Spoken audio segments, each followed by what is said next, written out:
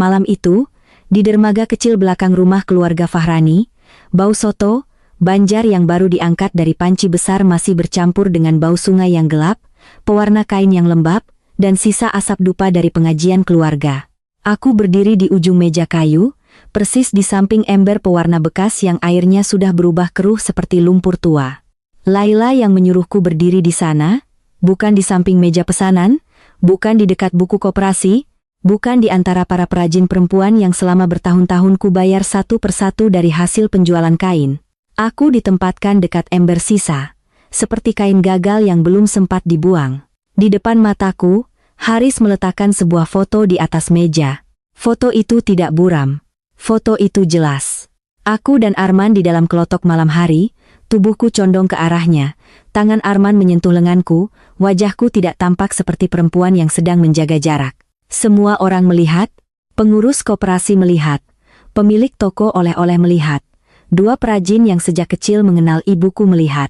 Bahkan Bu Nirmala, guru Rania, berdiri di sisi Laila dengan wajah kaku, seperti baru saja diundang untuk menyaksikan alasan kenapa seorang ibu tidak layak lagi memegang tangan anaknya. Haris tidak berteriak pada awalnya. Justru suaranya rendah, tertahan, seperti laki-laki yang sengaja menahan luka agar terlihat lebih bermartabat. Mulai malam ini, katanya, sambil menekan foto itu dengan ujung jarinya, Aisyah tidak pegang anak, tidak pegang rekening, tidak pegang jadwal kelotok, dan tidak bicara soal bengkel.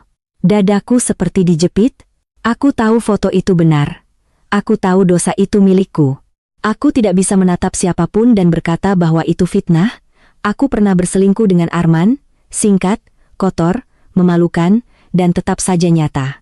Tapi sebelum aku sempat mengucapkan apapun, Laila membuka map coklat dan meletakkan benda-benda lain di atas meja. Selembar kain sasirangan yang katanya kain mahar kami, print ulasan buruk dari akun anonim, potongan mutasi rekening, dan sebuah cap kayu motif bakul pasar terapung. Saat cap itu menyentuh meja, bunyinya kecil, tapi bagiku lebih keras daripada suara Haris. Selama bertahun-tahun, cap kayu seperti itu adalah benda biasa di tanganku. Pagi-pagi aku memegang gagangnya, menekannya ke kain putih pesanan hotel, memastikan lengkung bakul dan alur sungainya tidak lari dari pola. Kap asli milik ibuku punya retak kecil di sudut kanan, dan gagangnya diikat benang kuning dari sisa kain sasirangan terakhir yang beliau buat sebelum meninggal. Benda di meja itu mirip, terlalu mirip untuk orang lain. Tapi mataku langsung mencari retak kecil itu. Tidak ada. Benang kuningnya juga terlalu baru, terlalu terang, tidak kusam oleh pewarna dan keringat tangan.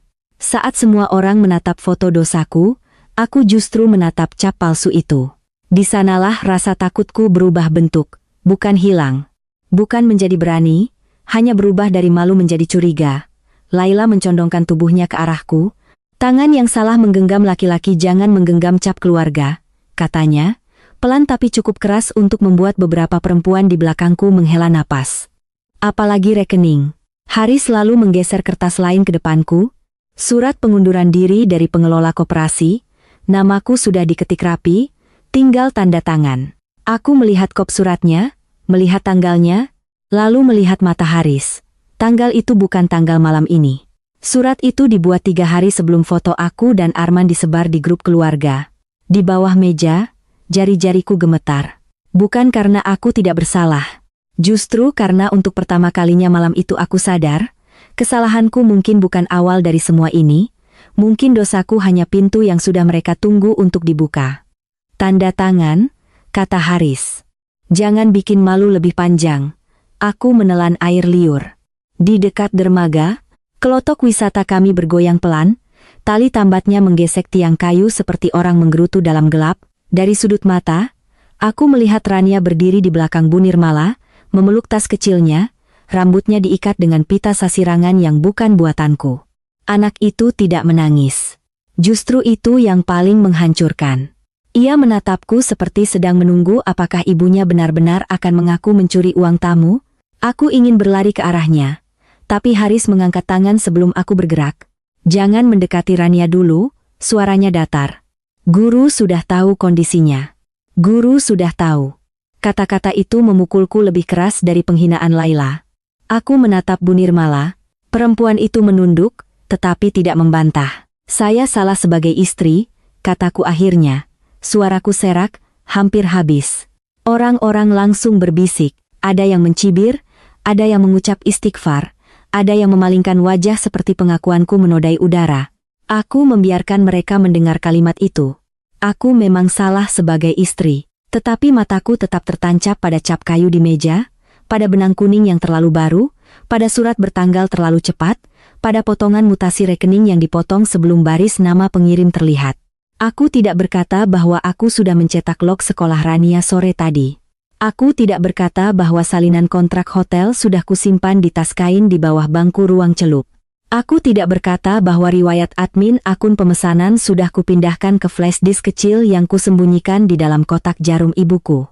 Dan aku tidak berkata bahwa sebelum acara pengajian dimulai, aku sudah meminta Arman menyimpan rekaman suara Haris. Meski saat itu aku masih belum tahu, apakah laki-laki yang pernah menjadi dosaku itu akan berani muncul, atau kembali bersembunyi di antara kelotok-kelotok dermaga. Malam itu aku hanya menunduk, karena perempuan yang bersalah kadang harus memilih kapan ia berbicara. Kalau terlalu cepat, semua orang menyebutnya membela diri. Kalau terlalu lambat, fitnah keburu menjadi kebenaran di mulut anak sendiri. Haris mengira diamku adalah tanda menyerah. Laila mengira gemetar tanganku adalah bukti bahwa semua barang palsu di atas meja berhasil menelanku. Mereka tidak tahu, sejak cap kayu palsu itu diletakkan di depan keluarga besar, aku tidak lagi hanya menghadapi aibku. Aku sedang melihat tangan lain mencoba mencap seluruh hidupku dengan motif yang bukan milikku. Aisyah, panggil Pak Burhan, pengurus koperasi yang duduk di kursi plastik dekat meja. Selama ini ia tidak pernah memanggilku tanpa sebutan nak, karena ia teman almarhum ibuku. Malam itu suaranya berubah resmi. Kalau memang uang pembayaran wisata masuk ke rekening yang tidak jelas, koperasi harus mengambil jarak dulu, perajin juga harus dilindungi. Aku ingin bertanya, rekening yang tidak jelas itu rekening siapa? Aku ingin meminta ia membuka mutasi lengkap, bukan potongan yang Laila letakkan, tapi di belakangnya, dua perempuan perajin saling berbisik. Salah satunya, Bu Hanum, menatapku seperti menahan marah. Ia punya 3 anak. Uang upah celup dan jahit dari bengkelku sering menjadi uang berasnya. Jika ia percaya aku mencuri uang koperasi, aku bukan hanya istri pengkhianat baginya. Aku adalah perempuan yang mengambil makan dari dapurnya. Laila tahu bagian itu. Ia tidak hanya menyerang rumah tanggaku, ia menyerang tempat orang-orang menggantungkan perut. Kami semua pernah kasihan sama Aisyah, kata Laila sambil mengangkat kain yang ia sebut kain mahar. Dulu dia datang dari rumah ibunya yang kecil, membawa bengkel sasirangan yang hampir mati. Abang saya yang angkat namanya. Keluarga kami yang jadikan kainnya masuk hotel, tapi apa balasannya? Ia mengibaskan kain itu. Motifnya memang menyerupai mahar kami, warna biru sungai dengan garis ungu tua, motif bakul yang dulu ibuku cap sendiri untuk acara akad. Tapi kain itu terlalu kaku. Kain mahar asli sudah sering kusentuh, seratnya lebih lembut, warna ungunya sedikit pudar di satu lipatan karena pernah terkena air mata ibuku saat malam sebelum pernikahanku. Aku tahu kain di tangan Laila bukan kain itu. Namun bagaimana mungkin aku membuktikannya di depan orang-orang yang baru saja melihat fotoku bersama Arman? Dosa membuat mata orang lain malas memeriksa detail. Sekali seorang perempuan jatuh, semua benda di sekitarnya dianggap ikut kotor. Kain mahar ini ditemukan hilang dari lemari, lanjut Laila. Lalu cap motif keluarga ada di loker Arman. Ulasan buruk muncul setelah Aisyah diambil hak adminnya. Uang wisata juga pindah ke rekening pribadi. Rekening pribadi siapa? Suara itu hampir keluar dari mulutku, tapi kutahan. Aku melihat Haris. Ia tidak menatap mutasi itu, ia menatap orang-orang, menghitung reaksi mereka. Haris selalu pandai membaca kerumunan. Di depan wisatawan, ia bisa tertawa seolah sungai Martapura lahir dari dadanya. Di depan keluarga, ia bisa menjadi anak lelaki yang menjaga martabat. Di depanku, selama bertahun-tahun, ia semakin sering menjadi pemilik suara tertinggi di rumah yang bukan sepenuhnya miliknya. Bengkel sasirangan itu warisan ibuku. Ruang celup itu dulunya toko kecil tempat aku belajar mengikat kain sejak remaja. Cap kayu motif bakul pasar terapung dibuat oleh pamanku untuk ibuku, bukan untuk keluarga Fahrani.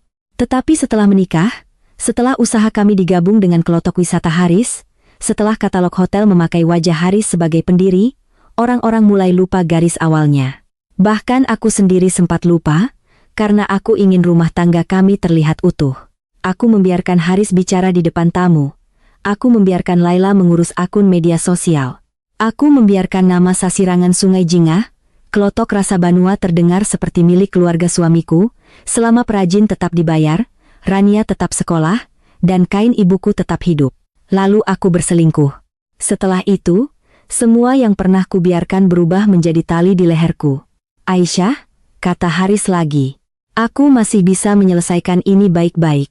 Kamu tanda tangan, kamu tidak ikut koperasi dulu, tidak urus rekening, tidak jemput Rania tanpa aku, tidak hubungi hotel, tidak bicara dengan perajin, kita urus perceraian atau tidak nanti, tapi untuk sekarang kamu mundur. Kalimatnya terdengar seperti keputusan keluarga, bukan permintaan. Aku memandang kertas itu. Nama lengkapku tercetak dengan rapi, Nur Aisyah Rahmah. Di bawahnya ada ruang tanda tangan. Tanggalnya membuat darahku dingin lagi, 3 hari sebelum malam ini. Bahkan sebelum Haris memperlihatkan foto itu kepada keluarga besar, sebelum Laila menangis palsu di grup WhatsApp, sebelum Bu Nirmala berdiri di dermaga dengan wajah kaku, surat pengunduran diriku sudah dibuat. Kenapa tanggalnya ini? Tanyaku pelan. Untuk pertama kalinya malam itu, mata Haris bergerak sedikit, sangat sedikit. Kalau aku tidak hidup dengannya selama 11 tahun, mungkin aku tidak akan melihatnya. Tapi aku tahu gerakan itu. Haris selalu berkedip lebih lambat ketika ia harus memilih kebohongan. Administrasi koperasi, jawabnya. Jangan cari celah. Laila langsung menyambar. Masih sempat tanya tanggal, orang kalau sudah ketahuan, biasanya malu dulu. Beberapa orang tertawa kecil, bukan karena lucu, melainkan karena ingin berada di pihak yang aman. Aku kembali diam. Di telingaku, suara sungai terasa lebih keras. Dari arah dapur belakang, piring-piring dibereskan. Acara pengajian keluarga yang seharusnya mendoakan kelancaran usaha baru paket wisata Maulid berubah menjadi pengadilan tanpa hakim. Anehnya, semua barang bukti sudah siap seperti dagangan di meja toko. Foto, cap, kain, print ulasan, mutasi, surat, terlalu siap. Terlalu rapi, aku menunduk, tetapi mataku bekerja. Potongan mutasi rekening yang diletakkan Laila menunjukkan angka 12.400.000, pembayaran paket wisata dan seragam hotel dari satu nama agen. Bagian bawahnya terpotong, tidak ada nomor rekening penerima lengkap. Hanya ada keterangan yang dibuat stabilo, dialihkan. Dulu, aku yang mengajari Laila menandai mutasi seperti itu untuk laporan koperasi. Aku tahu bagaimana menyembunyikan baris yang tidak ingin dibaca orang. Aku juga tahu pembayaran dari hotel biasanya tidak masuk per transaksi kecil seperti itu, melainkan gabungan invoice bulanan. Angka itu lebih mirip pembayaran paket kelotok wisata 3 hari. Dan 2 minggu lalu, aku pernah melihat angka serupa masuk ke rekening baru bernama Banua River Gift. Saat itu Haris bilang rekening itu hanya penampung sementara karena bank daerah sedang gangguan.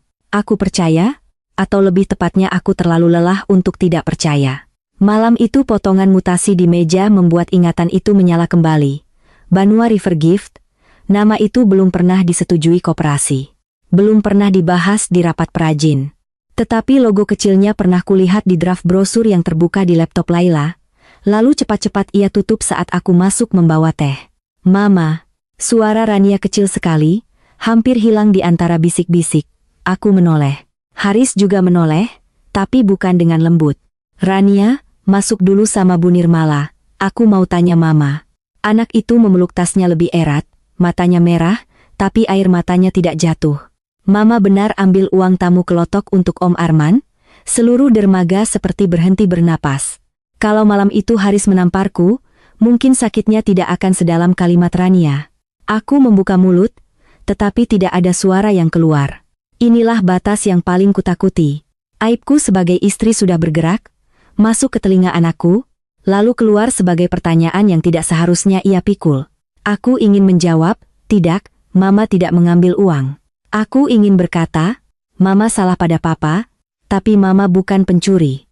Namun wajah Rania menunggu jawaban yang sederhana, sementara orang dewasa di sekitarnya sudah membuat semuanya rumit dengan sengaja.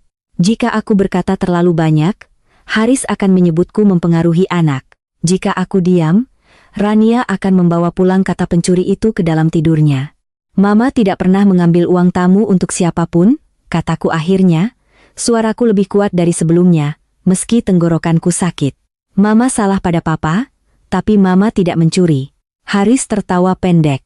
Lihat, selalu begitu, mengaku sedikit, menyangkal yang lain, memilih dosa mana yang mau diakui. Karena tidak semua tuduhanmu benar, kataku, bisik-bisik kembali naik, lebih tajam. Laila mendekat, mengambil cap kayu dari meja, lalu mengangkatnya di depan wajahku. Kalau begitu ini apa? Cap keluarga bisa sampai ke loker Arman jalan sendiri. Aku menatap benda itu, dari dekat, kepalsuannya lebih jelas. Sudut kanannya utuh, goresan di sisi gagang tidak ada. Ikatan benangnya bersih, seperti baru dipasang oleh tangan yang tidak pernah bekerja di ruang celup. Cap asli ibuku selalu menyimpan sisa warna biru di celah bawah karena sekali pernah jatuh ke bak pewarna nila. Benda di tangan Laila terlalu kering, terlalu ringan. Tapi bagi orang lain, cap itu hanya cap. Benda kecil, kayu, motif bakul. Mereka tidak tahu beratnya sejarah di dalam retak kecil yang tidak ada itu. Itu bukan cap yang biasa kupakai, kataku. Oh, sekarang cap juga difitnah, Laila menyeringai.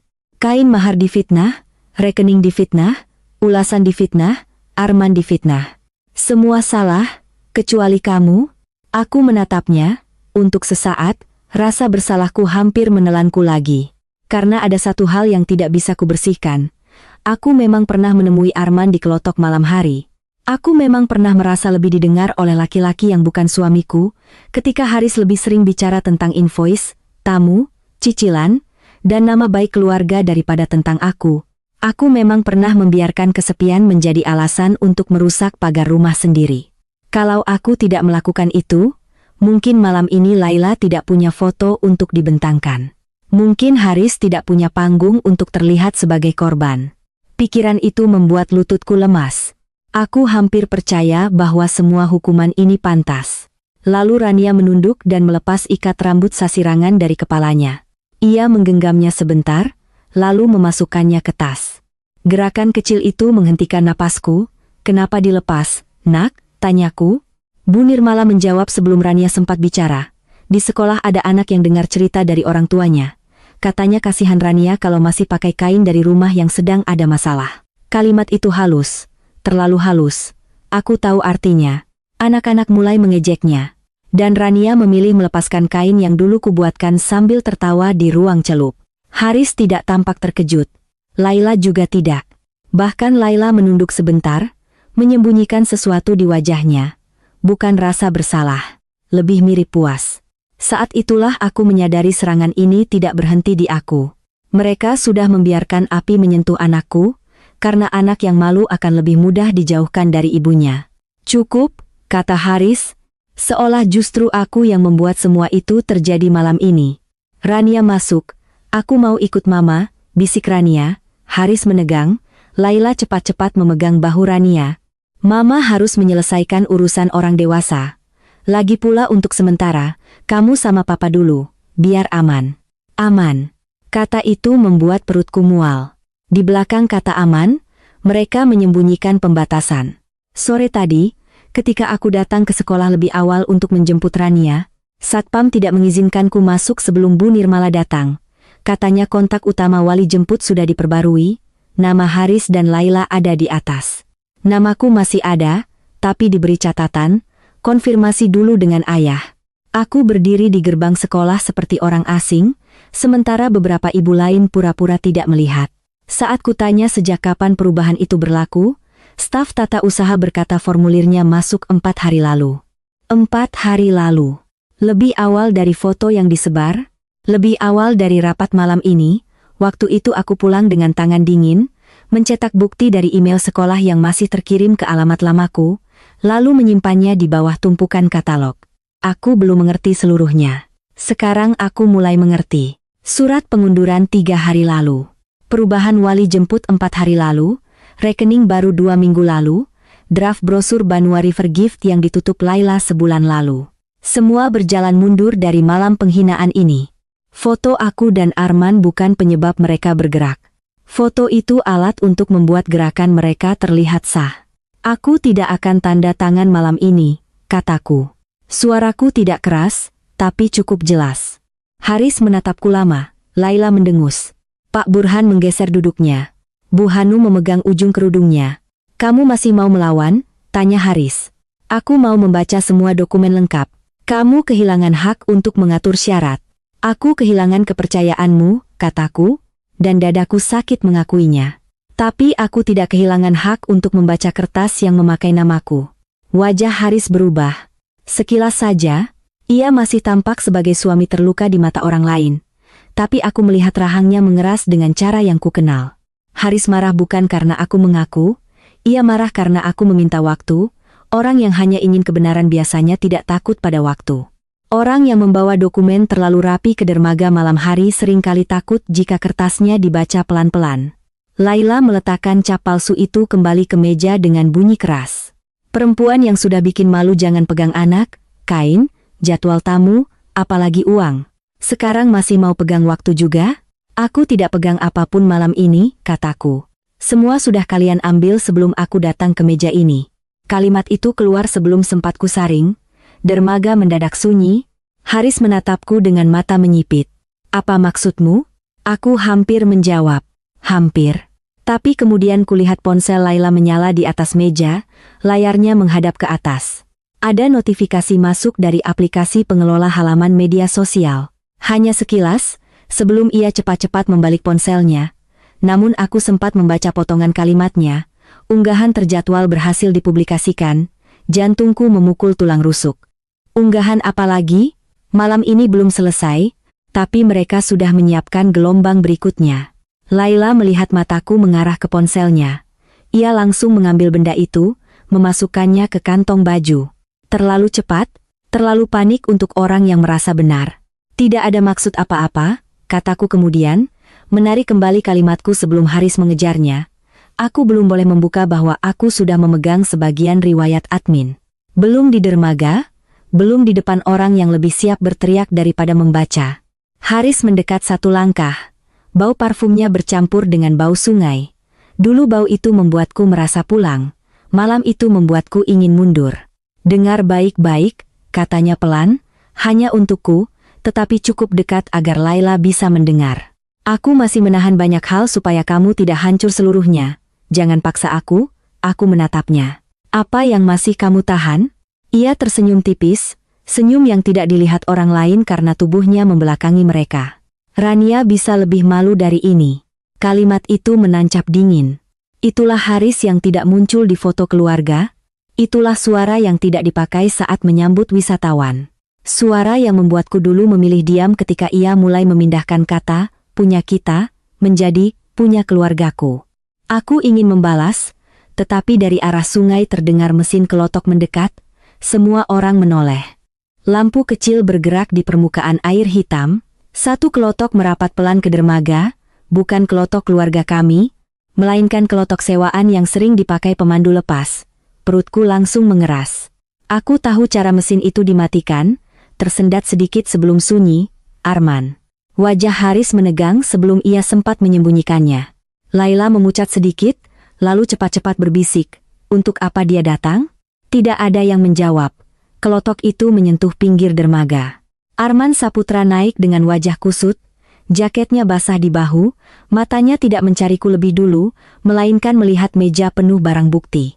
Ia melihat foto kami, melihat kain palsu, melihat cap kayu, lalu ia tertawa pendek, pahit, seperti orang yang akhirnya mengerti bahwa ia bukan hanya aib dalam rumah tangga orang, tetapi kambing yang sudah diseret ke tempat penyembelihan. Bagus, katanya. Jadi malam ini bukan cuma Aisyah yang mau kalian kubur. Haris maju cepat. Kamu tidak diundang, tapi namaku ada di semua tuduhanmu, Riz. Arman mengangkat tangan. Di genggamannya ada ponsel lama dengan layar retak. Dan sebelum kamu bilang aku pencuri motif, penerima uang gelap, atau pembuat akun palsu, mungkin kamu harus dengar dulu suaramu sendiri. Bisik-bisik meledak, Laila mundur setengah langkah. Haris menatap ponsel itu seolah benda kecil itu ular. Aku berdiri kaku di samping ember pewarna sisa, dengan rasa malu yang belum hilang, rasa takut yang belum reda, dan satu pertanyaan yang tiba-tiba membuka lubang baru di kepalaku. Kalau Arman benar-benar membawa rekaman Haris malam itu, bagian mana dari rencana mereka yang ternyata sudah dimulai jauh sebelum aku jatuh ke dalam dosa? Arman berdiri di tepi dermaga dengan ponsel retak di tangannya, tetapi tidak langsung menekan tombol apapun. Di bawah lampu kuning yang menggantung di tiang kayu, wajahnya tampak lebih tua daripada terakhir kali aku melihatnya. Bukan wajah laki-laki yang pernah membuatku merasa didengar. Bukan juga wajah pahlawan yang datang menyelamatkan perempuan yang ia ikut jatuhkan. Ia tampak seperti orang yang baru sadar bahwa kesalahannya telah dipakai untuk membuat perangkap lebih besar daripada tubuhnya sendiri.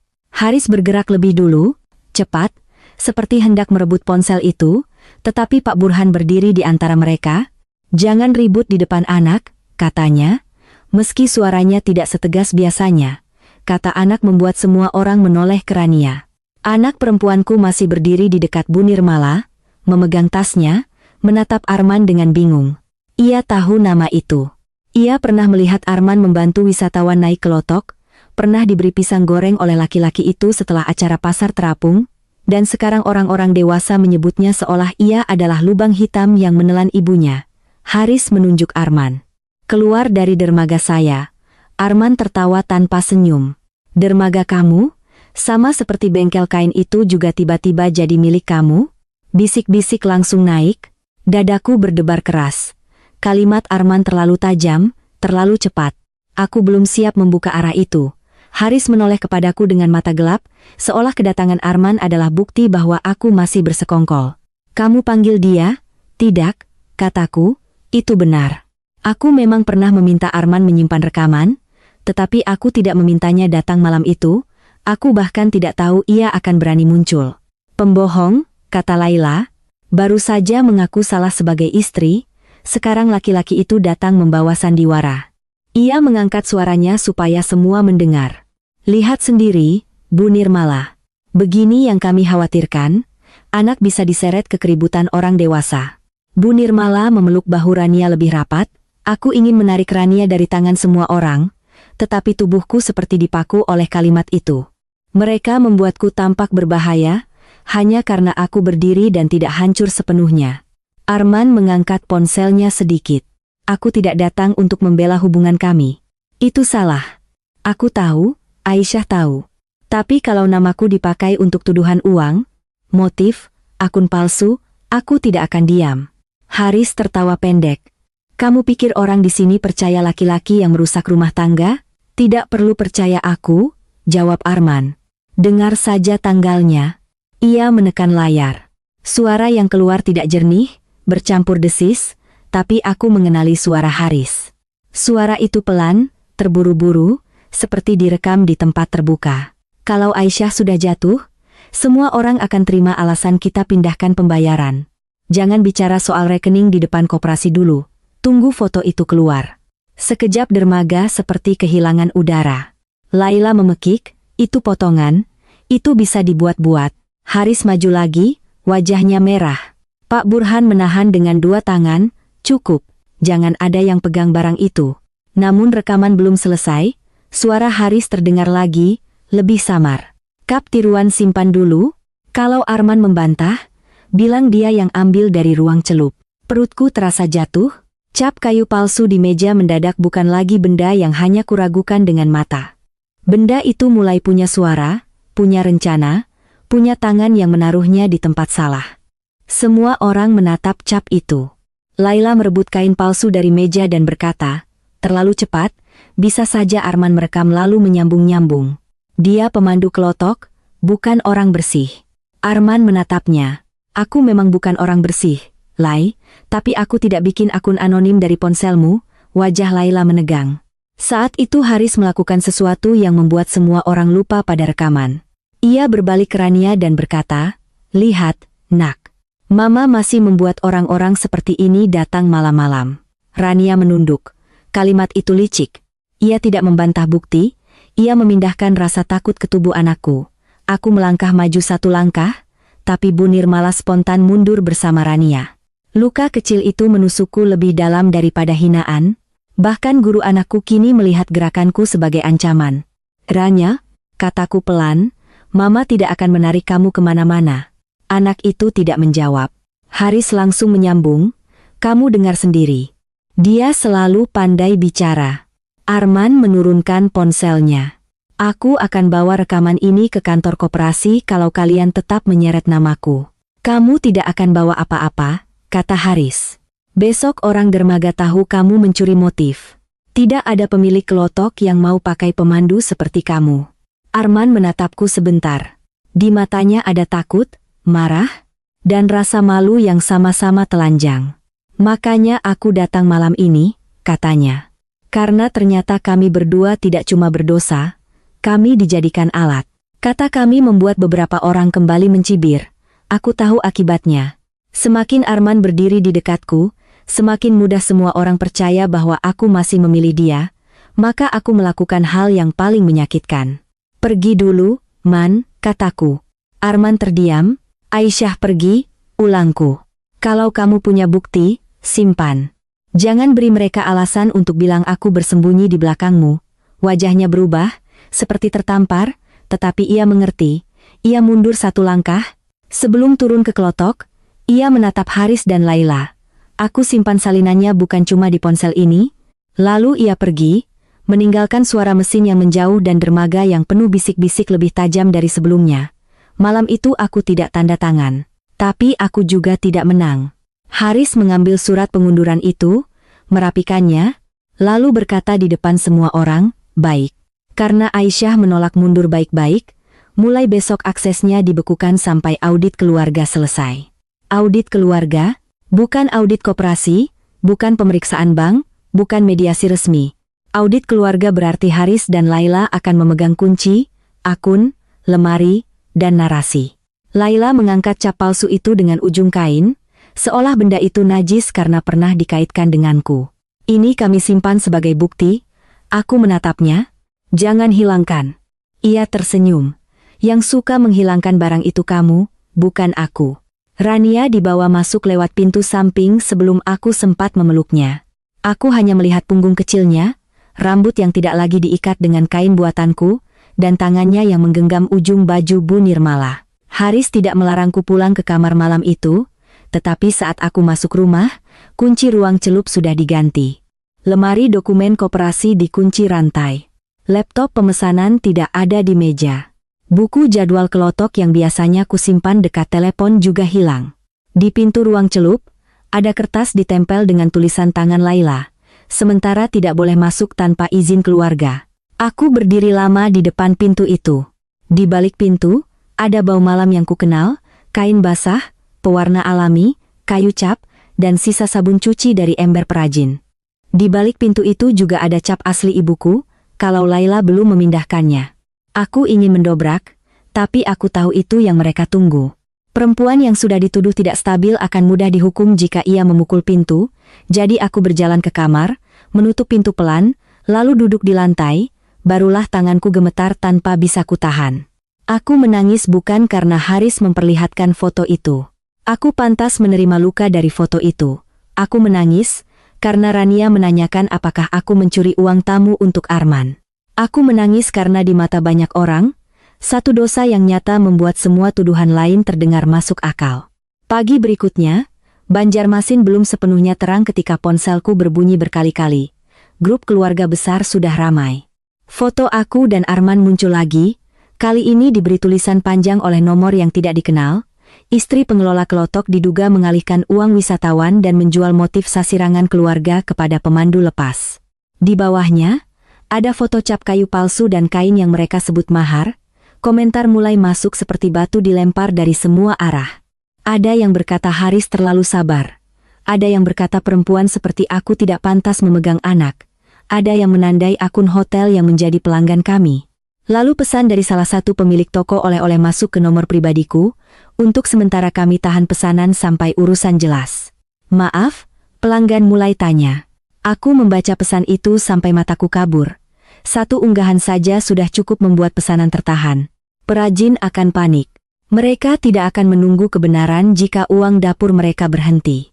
Saat aku keluar kamar, Laila sedang duduk di meja makan dengan ponsel di tangan, wajahnya lelah dibuat-buat. Kamu lihat akibat perbuatanmu, katanya tanpa menoleh. Hotel mulai kirim pesan ke Haris. Toko oleh-oleh takut. Perajin resah, semua karena kamu. Unggahan itu dari siapa? Tanyaku. Orang kecewa bisa siapa saja. Terlalu rapi untuk orang kecewa. Ia menatapku, senyumnya kecil. Masih mau menuduh? Hati-hati, Aisyah. Perempuan yang baru ketahuan berzina biasanya lebih baik diam dulu. Kata berzina ia ucapkan dengan sengaja, keras, tepat saat dua bibi Haris lewat dari dapur. Salah satu dari mereka mengucap istighfar sambil memalingkan wajah. Aku merasakan tubuhku mengecil. Di rumah itu, setiap pintu kini punya telinga, dan setiap telinga sudah dipenuhi cerita Laila. Haris muncul dari ruang depan membawa tas Rania. Aku antar Rania. Aku ikut, kataku. Ia berhenti. Tidak, aku ibunya. Untuk sementara, sekolah minta koordinasi lewat aku. Sekolah atau kamu? Haris menatapku lama. Kamu mau membuat keributan di depan anak lagi? Rania keluar dengan seragam sekolah. Wajahnya pucat. Ia melihatku, tetapi tidak mendekat. Di tangannya ada kotak bekal yang bukan kotak bekal biasa. Laila yang menyiapkannya. Pada tutupnya ditempel stiker kecil bertuliskan nama Rania Fahrani, bukan Rania Rahmah Fahrani seperti biasanya. Mataku berhenti di stiker itu. Satu nama yang hilang bisa terasa seperti pintu yang ditutup. Aku berlutut sedikit di depan Rania. Mama boleh peluk? Rania melihat Haris dulu. Gerakan itu hampir membunuhku. Seorang anak yang harus meminta izin ayahnya untuk memeluk ibu sendiri sudah terlalu jauh ditarik dari rumahnya. Haris tidak menjawab, hanya melihat jam. Rania akhirnya memelukku sebentar, kaku, lalu berbisik, Mama jangan datang ke sekolah dulu, teman-teman lihat foto. Aku memejamkan mata. Mama mengerti, aku tidak mengerti. Aku hancur. Tetapi aku tidak boleh menambah beban di bahunya. Setelah mereka pergi, aku menuju kantor kecil pemesanan di samping rumah. Pintunya tidak dikunci, tapi komputer utama sudah keluar dari akun, kata sandi diganti. Di meja, buku jadwal kelotok yang tersisa hanya buku lama sampai bulan lalu. Buku bulan ini hilang. Aku membuka laci bawah, tempat biasanya kusimpan salinan kwitansi perajin, kosong. Laila telah bergerak lebih cepat. Namun orang yang terlalu yakin menguasai kertas sering lupa pada kebiasaan kecil orang yang mereka remehkan. Sejak ibuku masih hidup, aku selalu menyimpan salinan catatan pembayaran di dua tempat, satu di map resmi, satu lagi di buku motif, disisipkan di antara sketsa warna. Bukan karena curiga, tetapi karena ruang celup sering basah dan kertas mudah rusak. Aku masuk lewat pintu belakang gudang kain yang engselnya longgar. Kunci ruang celup memang diganti, tapi jendela kecil dekat rak pewarna tidak terkunci rapat. Dulu aku yang meminta tidak dipaku mati asar udara keluar saat kain direbus. Aku menyelipkan tangan, mengangkat kait, lalu masuk dengan tubuh gemetar. Di dalam, dunia yang kukenal berubah seperti kamar orang meninggal. Meja cap bersih terlalu rapi. Rak pewarna disusun ulang, kain putih pesanan hotel yang kemarin masih kutandai dengan benang biru sudah dipindah. Di sudut meja, bekas persegi kosong terlihat di antara noda warna. Di sanalah cap asli biasanya berada. Cap kayu motif bakul pasar terapung milik ibuku tidak ada. Napasku tersangkut. Aku mencari di laci, bawah kain, rak pengering, kotak stempel lama, tidak ada. Untuk sesaat, lututku lemas. Kalau cap asli hilang, bagaimana aku membuktikan cap di dermaga palsu? Aku memegang tepi meja, mencoba berpikir, benda itu tidak mungkin dibawa jauh tanpa alasan. Laila butuh cap palsu sebagai bukti, tapi cap asli adalah ancaman. Ia mungkin menyembunyikannya, bukan membuangnya. Mataku menyapu ruangan, berhenti pada lemari katalog lama di sisi belakang. Lemari itu milik ibuku. Kuncinya dulu kusimpan, tetapi setelah usaha berkembang, Laila sering meminjamnya untuk foto konten katalog lama. Aku menarik pintunya. Terkunci, di lubang kunci ada goresan baru, seperti sering dibuka tergesa-gesa. Aku tidak bisa membukanya saat itu. Tapi di bawah lemari, terselip sepotong benang kuning tua, aku mengambilnya. Benang itu kusam, ada noda biru di ujungnya. Jantungku berdegup. Itu bukan bukti cukup, tetapi itu jejak. Jejak bahwa sesuatu dari cap asli pernah berada di dekat lemari itu, atau seseorang melepas ikatan benangnya di sana. Aku menyelipkan benang itu ke dompet, lalu memotret bekas persegi kosong di meja cap, laci yang kosong, dan lemari katalog terkunci. Saat hendak keluar, aku mendengar suara dari depan ruang celup. "Laila, aku tahu kamu di dalam." Tubuhku membeku. Ia berdiri di balik pintu utama yang terkunci dari luar. Suaranya manis seperti orang memanggil tamu. "Kalau aku foto kamu menyusup ke ruang yang sudah dilarang, kira-kira Bu Nirmala makin yakin tidak kamu stabil?" Aku menatap jendela belakang. Terlalu kecil untuk keluar cepat tanpa suara. Laila menggoyang gagang pintu. "Keluar baik-baik, Aisyah." Aku tidak menjawab. Di meja dekatku ada kain pesanan hotel setengah jadi, motif banyu bajalan yang belum selesai dicap. Tanganku menyentuh kain itu. Dulu motif itu kubuat setelah melihat bakul para ibu di pasar terapung bergerak mengikuti arus, tidak melawan air tetapi tidak tenggelam. Ibuku berkata, perempuan Banjar harus tahu kapan mengikuti arus dan kapan menambatkan perahu. Saat itu aku menganggapnya nasihat biasa. Kini kalimat itu terasa seperti perintah dari orang mati. Aku mengambil buku sketsa kecil dari rak bawah, menyelipkannya ke balik baju, lalu keluar lewat jendela sebelum Laila sempat memanggil orang. Kain di lenganku tersangkut paku, kulitku tergores, tapi aku berhasil turun ke tanah belakang. Dari dalam, Laila membuka pintu dengan kunci cadangan dan memekik ketika melihat ruangan kosong. Aku berlari bukan ke jalan besar, melainkan ke gang sempit menuju rumah Bu Hanum. Aku tahu ia marah padaku. Aku tahu ia mungkin menolak membuka pintu. Tetapi ia perajin tertua yang masih menyimpan catatan manual upah, karena ia tidak percaya pada laporan ponsel. Jika pembayaran perajin dipakai sebagai, "Untuk apa kesini? Aku mau lihat catatan pembayaran bulan ini." Ia tertawa pahit. "Masih berani bicara pembayaran? Kalau aku memang mencuri, ibu boleh usir aku setelah melihatnya. Tapi kalau ada uang yang masuk ke rekening lain sebelum aku dituduh, ibu harus tahu siapa yang membuat upah ibu tertahan." Wajahnya tidak melunak, tetapi ia tidak menutup pintu. Itu cukup. Di ruang tamunya yang sempit, di antara bau kopi dan kain basah, Bu Hanum mengeluarkan buku tulis bergaris. Catatannya rapi. Tanggal, jumlah kain, upah celup, uang masuk, 2 minggu terakhir. Ada 3 pembayaran yang biasanya ku transfer dari rekening koperasi, tetapi kali ini dibayar tunai oleh Laila, jumlahnya kurang 20%. Di kolom keterangan, Bu Hanum menulis, kata Laila, "Aisyah salah hitung, uang koperasi kacau." Aku menatap tulisan itu lama. Laila bukan hanya menuduhku mencuri. Ia sudah menanam rasa marah di antara perajin sebelum malam dermaga. "Kapan Laila bilang ini?" tanyaku. Bu Hanum menyebut tanggal. 5 hari sebelum foto disebar. Aku memotret catatan itu dengan izin Bu Hanum. Tanganku bergetar, tetapi kali ini bukan hanya karena takut. 1 tanggal lagi masuk ke rangkaian. "Bu," kataku pelan, "saya salah pada suami saya. Saya tidak akan minta ibu membela itu. Tapi saya tidak pernah memotong upah ibu." Bu Hanum diam lama. Lalu ia berkata, "Saya tidak tahu harus percaya siapa. Tapi ibumu dulu tidak pernah main-main soal upah." Kalimat itu tidak memelukku, tetapi cukup untuk membuatku tidak jatuh. Dari rumah Bu Hanum, aku pergi ke bank daerah cabang kecil dekat pasar. Aku memakai kerudung lebih rendah, menunduk saat melewati 2 ibu pengajian yang kemarin ada di dermaga. Mereka berhenti bicara ketika melihatku. Salah satunya berbisik, "Itu orangnya." Aku terus berjalan. Di bank, petugas yang biasa membantuku mencetak mutasi, Rika, tampak canggung. "Bu Aisyah, untuk rekening koperasi sekarang harus persetujuan Pak Haris juga. Aku hanya minta mutasi sampai tanggal kemarin. Namaku masih terdaftar sebagai pengelola." Rika menggigit bibir. "Ada surat pembatasan akses sementara." Darahku dingin. "Dari siapa?" "Dari Pak Haris," dilampiri notulen keluarga. "Koperasi tidak pernah rapat." Rika menunduk, lalu dengan suara sangat pelan berkata, "Saya tidak bisa cetak rekening koperasi tanpa persetujuan. Tapi ibu pernah minta notifikasi email untuk transaksi masuk dari agen wisata, kan?" Aku mengangguk. "Cek email lama ibu. Kadang sistem tetap kirim salinan meski akses aplikasi berubah."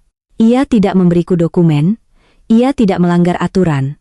Tapi ia memberiku arah. Aku keluar dari bank dan duduk di warung kecil, membuka email lama dengan tangan gemetar. Puluhan pesan masuk tertutup promosi dan kwitansi. Aku mencari nama agen wisata hotel. Ketemu. Pembayaran paket wisata 3 hari, tanggal 2 minggu lalu, jumlah 12.400.000. Penerima, Banua River Gift. Aku membaca nama itu berkali-kali. Bukan rekening koperasi. Bukan rekening pribadiku. Bukan rekening yang pernah disetujui perajin. Pembayaran itu masuk sebelum foto aku dan Arman disebar, sebelum aku dituduh mengalihkan uang. Aku menyimpan tangkapan layar, mengirim salinan ke email lain, lalu mencetaknya di kios fotokopi dekat bank.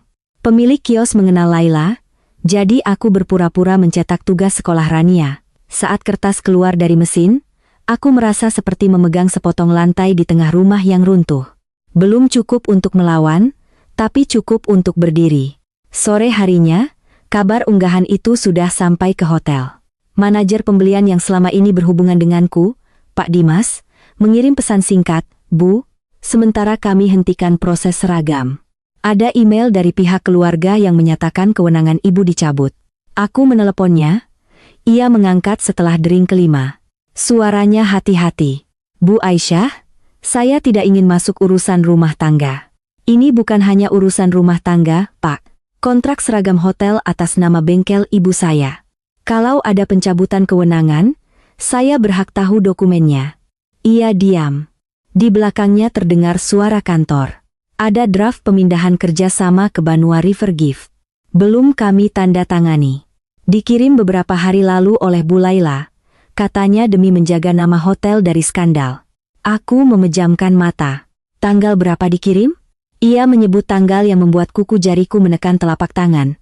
2 hari sebelum foto disebar di grup keluarga. "Pak, tolong jangan tanda tangan apapun dulu. Saya harus lindungi hotel." "Saya mengerti. Saya juga harus lindungi perajin yang membuat seragam itu. Kirimkan saya setidaknya halaman tanggal pengiriman atau nomor surat. Saya tidak bisa mengirim dokumen internal. Kalau begitu nanti saya minta lewat mediasi koperasi." Ia menghela napas. "Bu Aisyah, saya hormat pada almarhum ibu-ibu. Motif banyu bajalan itu dari beliau dan ibu, bukan dari keluarga Kelotok. Tapi keadaan ibu sekarang sulit." "Sulit?" Kata itu terdengar sopan, tetapi di dalamnya ada pintu yang mulai tertutup. Setelah telepon putus, aku duduk lama di tepi jalan. Kendaraan lewat, orang membeli kue, azan sore bergerak dari langgar ke langgar, dan hidup orang lain berjalan seperti biasa. Hidupku sendiri seperti kain yang dicelup terlalu lama dalam air hitam. Aku bertanya pada diriku sendiri, apakah semua ini hukuman yang pantas? Kalau aku tidak mengkhianati Haris, mungkin tidak ada yang percaya pada tuduhan ini. Kalau aku tidak menemui Arman, mungkin cap palsu itu hanya kayu biasa yang mudah kubantah. Rasa bersalah datang seperti air pasang. Ia tidak bertanya apakah aku sedang butuh berdiri. Ia langsung naik sampai ke leher. Untuk beberapa menit, aku hampir ingin pulang dan menandatangani apapun, menyerahkan rekening, bengkel, jadwal, asalkan Rania tidak lagi diejek. Tetapi kemudian ponselku bergetar, pesan dari nomor tak dikenal. Isinya foto Rania di gerbang sekolah, diambil dari jauh. Di bawahnya tertulis, "Kalau masih keras kepala, anakmu makin malu, ibu berbahaya sebaiknya tidak dekat sekolah." Tanganku menjadi dingin. Itu bukan lagi amarah keluarga. Itu ancaman. Aku memperbesar foto itu. Sudut pengambilan dari seberang gerbang, dekat warung es. Siapa yang memotret? Orang suruhan Laila? Akun anonim? Atau seseorang yang hanya ikut-ikutan setelah membaca unggahan? Aku menyimpan foto itu. Lalu aku membuka detail pesan, nomor baru, tanpa nama. Namun foto profilnya kosong, dan ketika kulihat waktu pengiriman, ia masuk hanya beberapa menit setelah Laila mengunggah status baru di akun usaha. "Kami memohon doa agar anak kecil dalam keluarga kami dijauhkan dari pengaruh buruk orang dewasa yang belum sadar kesalahannya." Aku membaca kalimat itu dengan mual. Ia tidak menyebut namaku, tetapi semua orang tahu. Ia memakai kata doa untuk mengirim pisau. Malamnya, aku tidak tidur di rumah keluarga Haris. Aku pergi ke rumah kecil peninggalan ibuku di Sungai Jingah, tempat yang dulu kutinggalkan setelah menikah karena Haris berkata, "Biar bengkelmu hidup di rumah kita." Bukan terpisah seperti usaha kecil. Rumah itu lama kosong, hanya sesekali kupakai menyimpan katalog lama.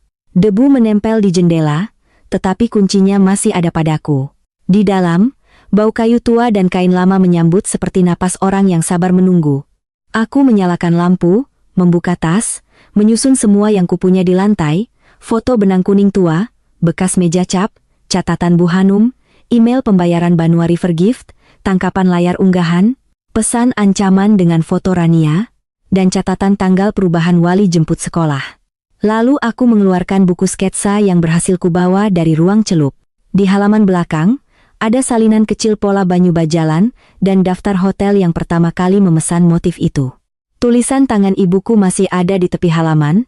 Motif ini jangan dijual sebagai gambar saja. Ia harus ikut nama pembuatnya. Aku menyentuh tulisan itu. Untuk pertama kalinya sejak malam dermaga, aku merasa ibuku bukan hanya kenangan.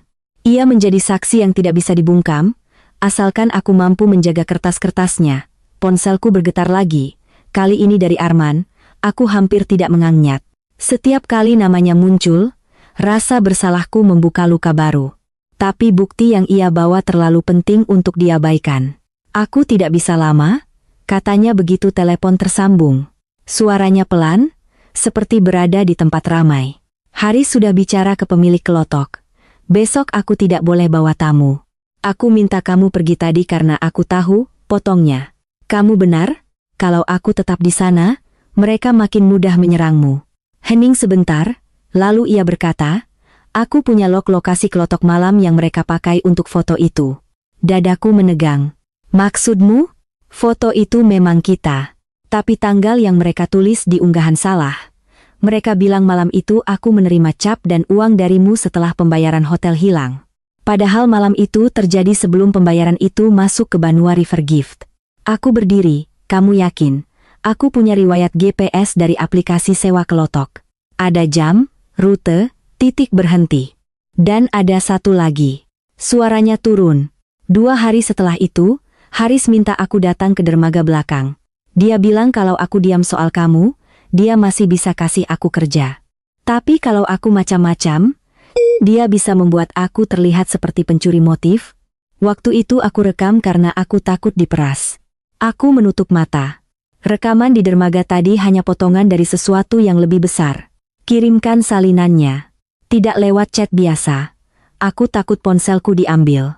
Besok subuh aku taruh flash disk di bawah papan ketiga dermaga lama Lok Baintan, dekat warung Acil yang jual wadai. Kamu ambil sebelum jam 6. Kenapa tidak sekarang? Karena ada orang Laila di depan kontrakanku. Darahku membeku. Arman menarik napas. Aisyah, dengar? Aku tidak melakukan ini supaya kamu kembali kepadaku. Kita salah. Aku tidak akan pura-pura jadi orang baik. Tapi aku tidak mau dipakai untuk mencuri usaha ibumu dan menjauhkan anakmu. Kalau aku jatuh, biar karena salahku sendiri, bukan karena cerita yang mereka karang. Telepon terputus. Aku berdiri di tengah rumah ibuku, mendengar bunyi kipas tua berputar pelan. Di lantai, kertas-kertas bukti tampak kecil, tercerai-berai, belum cukup untuk menghadapi keluarga besar, koperasi, sekolah, hotel, dan seluruh mulut yang sudah diberi cerita. Tetapi kini ada satu titik besar yang bisa menghubungkan semuanya. Tanggal pembayaran Banua River Gift, tanggal surat wali jemput, tanggal draft hotel, tanggal unggahan, tanggal foto. Jika urutannya kubuka dengan benar, sungai masih berkabut tipis. Perahu-perahu pedagang mulai bergerak pelan, membawa sayur, pisang, kue, dan suara perempuan yang menawar harga sebelum matahari naik. Dulu, pemandangan itu selalu membuatku tenang. Pagi itu setiap kelotok tampak seperti mata yang mengawasiku. Aku turun sebelum dermaga lama, berjalan melewati warung Acil yang belum buka penuh. Papan ketiga yang disebut Arman ada di ujung, agak lapuk, dekat tali tambat. Aku berlutut, menyelipkan tangan ke bawahnya, dan meraba sesuatu yang dibungkus plastik hitam. Flash disk. Saat jariku menggenggam benda itu, suara perempuan tua dari belakang membuatku hampir menjatuhkannya. Mencari ini, nak? Aku menoleh. Acil pemilik warung berdiri dengan termos teh di tangan. Matanya tidak menuduh, tetapi ia melihat bungkus hitam itu. Aku tidak tahu harus menjawab apa. Ia mendekat, lalu berkata pelan, tadi malam ada laki-laki menitip pesan, katanya kalau kamu datang, jangan langsung pulang lewat jalan besar. Ada 2 orang menunggu dekat parkiran. Jantungku menendang. Siapa? Saya tidak kenal. tapi salah satunya pakai jaket dengan logo Banuari Forgift. Nama itu membuat udara subuh terasa dingin. Badan usaha baru itu bukan lagi nama di email. Ia sudah punya jaket, orang, dan mungkin rencana yang bergerak tanpa menunggu Haris pulih dari malu. Aku memasukkan flash disk ke dalam lipatan kerudung, mengucapkan terima kasih, lalu berjalan memutar lewat gang belakang pasar. Setiap langkah membuatku semakin sadar. Aku bukan sedang mengumpulkan alasan agar orang memaafkan perselingkuhanku. Mungkin tidak ada yang akan memaafkan itu. Aku sedang mengumpulkan bukti agar dosaku tidak dijadikan stempel untuk merampas semua yang tidak pernah menjadi milik mereka. Ketika aku sampai di rumah ibuku dan membuka flash disk di laptop tua, satu folder muncul dengan nama pendek, sebelum foto. Di dalamnya ada rekaman suara, log lokasi, tangkapan layar pesan Haris kepada Arman, dan satu foto yang membuat tanganku berhenti di atas papan ketik. Foto itu memperlihatkan loker Arman di dermaga, terbuka, dengan cap kayu tiruan tergeletak di dalamnya. Metadata di sudut file menunjukkan tanggal pengambilan, 1 hari sebelum Laila mengaku menemukan cap itu. Dan di pantulan kecil kaca loker, samar tapi cukup terlihat, ada lengan perempuan dengan gelang emas tipis yang sangat kukenal, gelang yang selalu dipakai Laila saat pengajian keluarga. Aku menatap pantulan itu lama, nyaris tidak bernapas. Karena untuk pertama kalinya aku bukan hanya melihat kebohongan mereka. Aku melihat tangan yang menaruhnya. Aku memperbesar foto itu sampai kotak-kotak pikselnya pecah di layar laptop tua. Pantulan di kaca loker tidak sempurna, tetapi gelang emas tipis itu tampak jelas, 3 lingkar kecil menyatu, satu di antaranya penyok karena pernah terbentur gagang panci saat Laila membantu acara haul keluarga. Aku ingat gelang itu bukan karena indah, melainkan karena Laila pernah memamerkannya di ruang celup sambil berkata, "Perempuan yang bisa mengurus uang usaha harus kelihatan pantas di depan tamu." Saat itu aku hanya tersenyum, tanganku masih basah oleh pewarna nila, cap kayu ibuku masih kugenggam, dan aku tidak tahu bahwa suatu hari gelang itu akan muncul sebagai bayangan kecil di bukti yang hampir menguburku. Aku tidak langsung merasa menang. Justru tubuhku menggigil. Selama ini aku menuduh diriku terlalu curiga karena rasa bersalah membuat semua orang tampak seperti hakim. Tapi foto itu menunjukkan sesuatu yang lain, cap tiruan tidak ditemukan begitu saja di loker Arman. Ada tangan yang meletakkannya sebelum drama penemuan dibuat, ada tanggal yang mendahului tuduhan. Ada pantulan tubuh Laila di tempat yang seharusnya tidak pernah ia datangi kalau ceritanya benar. Aku menyimpan foto itu ke 3 tempat, mengirim salinan ke email baru, lalu memotret layar dengan ponselku. Setelah itu aku membuka folder lain di flash disk. Rekaman suara Haris lebih panjang daripada yang diputar Arman di dermaga. Ada bagian ketika Haris berkata, kalau foto itu sudah masuk grup, guru akan lebih mudah percaya. Anak jangan dikasih ke Aisyah dulu, biar dia tanda tangan karena panik. Aku menekan tombol jeda. Kata anak membuat tanganku dingin. Mereka tidak hanya mengambil uang, kontrak, atau cap. Mereka menghitung rasa takut seorang ibu sebagai alat tanda tangan. Dalam rekaman lain, suara Laila terdengar lebih samar. Mungkin dari kejauhan, tetapi cukup jelas ketika ia berkata, kain mahar asli jangan keluarkan, pakai yang tiruan saja. Orang tidak akan lihat serat kalau sudah lihat foto mesum. Aku menutup wajah dengan kedua tangan. Kata-kata itu menjijikkan, tetapi justru karena itu aku tahu, aku tidak boleh lagi bergerak sebagai perempuan yang hanya ingin membela diri. Aku harus bergerak seperti pengelola yang memahami dokumen, tanggal, rekening, admin, sekolah, dan saksi. Aku salah sebagai istri. Tapi mereka salah sebagai orang yang mengira rasa bersalahku bisa dijadikan kunci untuk membuka semua lemari milik ibuku. Pagi itu aku mendatangi kantor sekolah Rania sebelum jam istirahat pertama. Aku tidak masuk lewat gerbang depan, karena foto ancaman kemarin membuatku tahu ada orang yang menunggu gerakanku. Aku meminta bertemu Bu Nirmala di ruang tata usaha, bukan di halaman. Wajahnya langsung tegang ketika melihatku. "Bu Aisyah, sebaiknya urusan jemput sementara lewat Pak Haris." Aku meletakkan map tipis di atas meja. Saya tidak datang untuk menjemput. Saya datang untuk meminta salinan formulir perubahan wali jemput. Itu data internal. Nama saya ibu kandung Rania. Kalau ada pembatasan, saya berhak tahu dasar tertulisnya. Bu Nirmala menatap staf tata usaha. Staf itu pura-pura merapikan berkas, tetapi telinganya jelas mendengar. "Bu, Kami hanya menjaga anak, kata Bu Nirmala. Suaranya tidak kasar, tetapi jaraknya terasa jauh. Setelah kejadian keluarga itu, kami takut Rania tertekan. Rania tertekan karena ada orang dewasa yang memberitahu dia ibunya pencuri. Ia terdiam. Aku menahan napas agar tidak menangis. Saya tidak meminta ibu percaya pada saya sebagai istri. Saya minta ibu jangan ikut menghukum saya sebagai ibu tanpa melihat tanggal dokumen. Aku membuka salinan email lama dari sekolah yang menunjukkan perubahan kontak masuk 4 hari sebelum foto disebar. Formulir ini masuk sebelum rapat keluarga. Sebelum tuduhan di dermaga, siapa yang bilang saya berbahaya saat itu? Wajah Bu Nirmala berubah sedikit. Untuk pertama kalinya, ia tidak langsung berlindung di balik kata menjaga. Ia mengambil kacamata, membaca tanggal, lalu menatapku lagi. Pak Haris bilang kondisi rumah tangga sudah tidak aman. Tapi kepada saya dia belum bicara apapun. Bu Laila juga datang. Katanya ibu sering pergi malam dan anak takut. Aku menggenggam ujung meja. Rania bilang begitu? Bu Nirmala ragu. Bukan langsung begitu, tapi Rania pernah menangis karena dengar orang rumah bertengkar. Aku menghela napas. Anak itu memang pernah mendengar aku dan Haris bertengkar. Aku tidak bisa menghapusnya. Tapi menangis karena pertengkaran bukan berarti ia harus diputus dari ibu karena Jack. Tolong simpan percakapan kita hari ini, kataku. Saya akan minta klarifikasi resmi di mediasi koperasi. Saya ingin sekolah hadir, supaya tidak ada yang memakai nama Rania untuk memindahkan hak orang dewasa. Bu Nirmala tampak kaget. Mediasi? Ya, dengan koperasi, bank, notaris, perwakilan hotel, dan keluarga. Saat aku menyebut notaris, wajahnya makin serius. Di luar ruang tata usaha, aku melihat Rania lewat bersama teman-temannya. Ia berhenti ketika melihatku. Matanya membesar, lalu ia menunduk. Aku ingin memanggilnya, tetapi dua anak di sebelahnya berbisik dan menatapku. Rania mempercepat langkah, hatiku retak, tetapi aku tidak mengejarnya. Kalau aku mengejar, orang akan berkata aku membuat keributan. Kalau aku diam, anakku mungkin mengira aku tidak berjuang.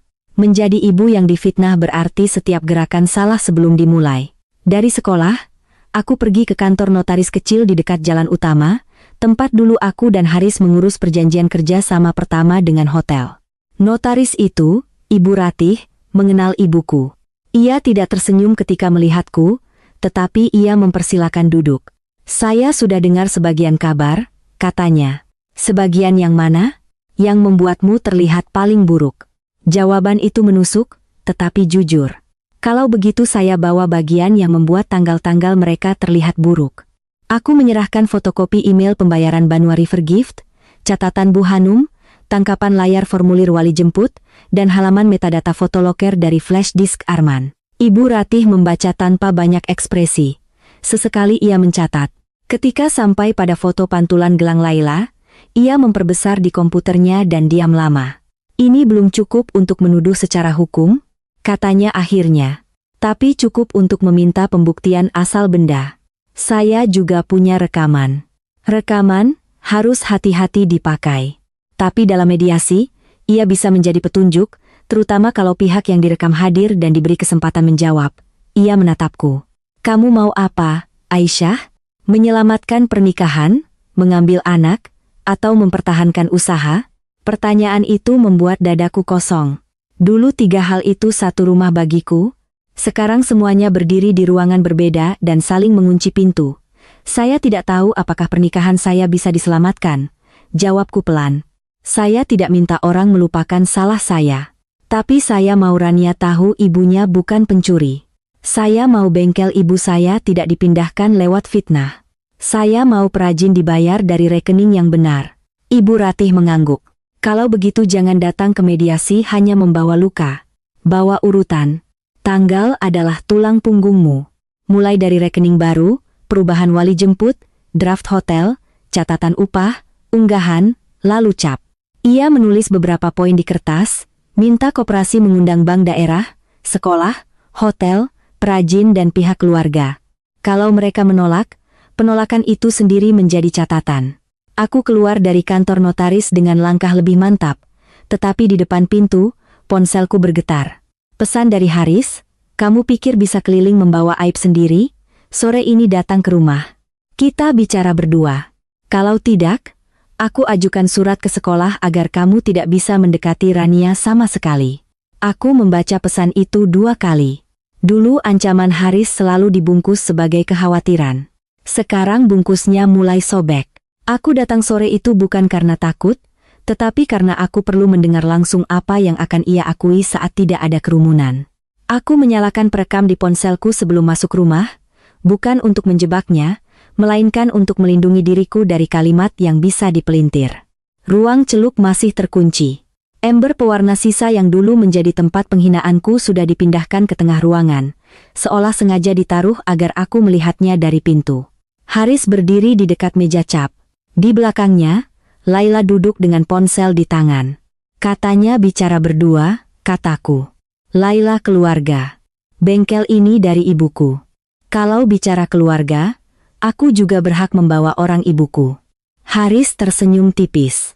Masih sempat merasa punya, aku menatap meja cap yang kosong. Di mana cap asli? Laila langsung menyahut, mulai lagi. Cap yang di loker Arman itu sudah cukup. Cup itu palsu. Buktikan. Satu kata itu keluar terlalu cepat, ia merasa aman karena cap asli disembunyikan. Aku menahan diri agar tidak menatap lemari katalog lama terlalu lama. Kalau ia melihat mataku, ia akan tahu aku sudah mencium arahnya. Haris mendekat. Aisyah, dengar, aku tidak mau memperpanjang ini. Kamu tanda tangan pencabutan kewenangan di koperasi dan persetujuan pengelolaan sementara ke Banua River Gift. Aku tidak akan lanjutkan laporan soal uang. Aku hampir tertawa karena dingin. Kamu menuduh aku mencuri uang yang masuk ke rekening Banua River Gift, lalu minta aku menyerahkan pengelolaan ke Banua River Gift? Rahang Haris mengeras. Laila menurunkan ponselnya. Jangan bicara seolah kamu mengerti badan usaha, kata Laila. Aku yang mengurus katalog, admin dan citra. Kamu juga yang mengurus unggahan terjadwal? Ruangan menjadi sunyi. Mata Laila menyipit. Hati-hati. Aku sudah cukup hati-hati sampai anakku ikut takut memelukku. Haris memukul meja. Jangan pakai Rania untuk membuat dirimu terlihat korban. Suaranya membuat tubuhku tersentak, tetapi aku tidak mundur. Kamu yang memakai Rania saat mengubah wali jemput sebelum foto itu keluar. Untuk pertama kalinya, Haris tidak langsung menjawab. Laila berdiri. Karena kami sudah tahu kelakuanmu sebelum orang lain tahu. Kalau begitu kenapa draft pemindahan kontrak hotel juga dibuat sebelum orang lain tahu? Kenapa pembayaran wisata masuk ke rekening baru sebelum aku dituduh mengalihkan uang? Kenapa upah Bu Hanum dipotong sebelum rapat keluarga? Kalian melindungi anak atau menyiapkan pengalihan? Haris menatapku lama. Kemudian ia berkata pelan, perempuan yang menghancurkan rumah tidak boleh memilih bagian mana yang masih mau diselamatkan. Kalimat itu persis seperti garis yang memisahkan masa laluku dari masa depan. Dulu aku mungkin akan runtuh mendengarnya. Malam itu aku hanya merasa dingin. Aku akan menanggung salahku sebagai istri, kataku. Tapi aku tidak akan menyerahkan anak dan warisan ibuku untuk membayar utang kelotokmu. Wajah Haris berubah. Tidak banyak, tapi cukup. Laila menoleh kepadanya terlalu cepat. Di sanalah aku tahu tebakanku mengenai utang menyentuh sesuatu. Siapa bilang soal utang? Tanya Haris. Bank tidak perlu bilang.